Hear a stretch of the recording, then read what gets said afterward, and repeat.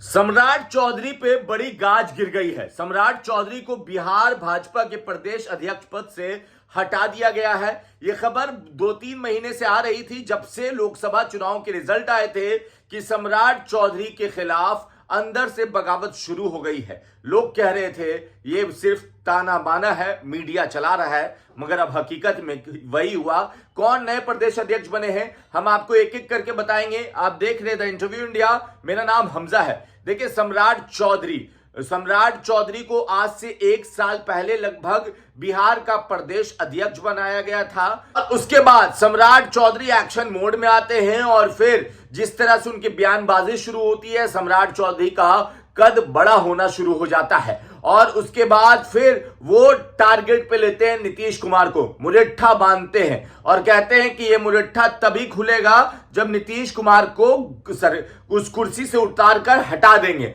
और उसके बाद ये मामला चलता रहता है। नीतीश कुमार भाजपा में आने की बात चलती है, उसके बाद भी सम्राट चौधरी नीतीश कुमार पे हमलावर होते हैं और नीतीश कुमार भाजपा में शामिल हो जाते हैं।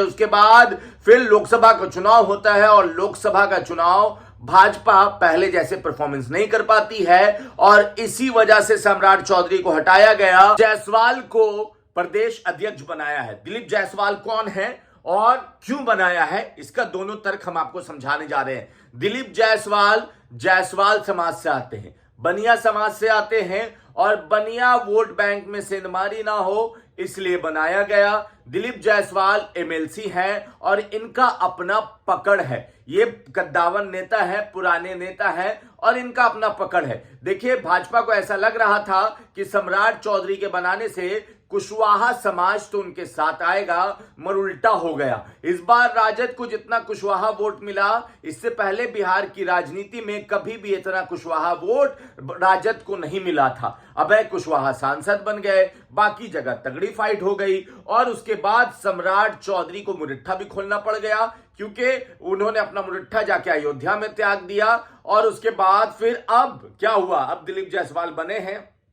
दिलीप जायसवाल को बनाने के पीछे का तर्क कि दिलीप जायसवाल इसलिए बने क्योंकि शिवहर का जब चुनाव हुआ 2019 में, शिवहर में भाजपा लगभग 3,40,000 वोट से जीती थी और इस बार जदयू सिर्फ 30,000 वोट से जीती। और माना गया कि जहां पर राजद ने अपना वैश्य समाज, बनिया समाज का कैंडिडेट उतारा, वहां पर बनिया समाज भी शिफ्ट होते हुए नजर आया और इसी का डर था। रितु जायसवाल वहां इतना वोट लेकर आ गई कि भाजपा को भी लगने लगा था कि कहीं मेरा अपना कोर वोट जो वैश्य समाज है, सम्राट चौधरी के चक्कर में, कुशवाहा वोट बैंक के चक्कर में कहीं अपना कोर वोट उनके हाथ से ना निकल जाए। अब देखिए, अब यहां तक तो समझ में आ रहा था, मगर दिलीप जायसवाल के आने से अब क्या होगा। अब सम्राट चौधरी का कद घट गया। 1 साल के ही अंदर सम्राट चौधरी अर्श पे पहुंचे थे और वहां से भाजपा ने सीधा वो अर्श से हटाकर अब इनको बिहार की राजनीति में एक विधायक और एक डिप्टी सीएम का, एक एमएलसी और एक डिप्टी सीएम के रूप में छोड़ दिया।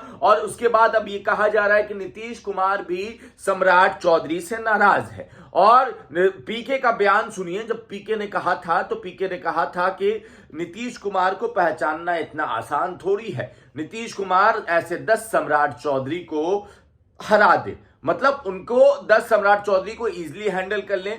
मगर सम्राट चौधरी का भी अपना एक कद है, सम्राट चौधरी का अपना एक फैन फॉलोइंग है। वो अलग बात है कि वोट में तब्दील नहीं हुआ, मगर क्या सम्राट चौधरी के डिप्टी सीएम पद पे भी खतरा है। लोग ऐसा मान रहे हैं कि सम्राट चौधरी का अगला जो है, क्योंकि अब जदयू चाहती है कि एक ही डिप्टी सीएम रहे, या तो सम्राट चौधरी या विजय सिन्हा। क्या सम्राट चौधरी के डिप्टी सीएम पद पे खतरा है? आपको क्या लगता है? आप अपनी राय नीचे कमेंट बॉक्स में लिखें। ज्यादा से ज्यादा वीडियो को शेयर करें। धन्यवाद।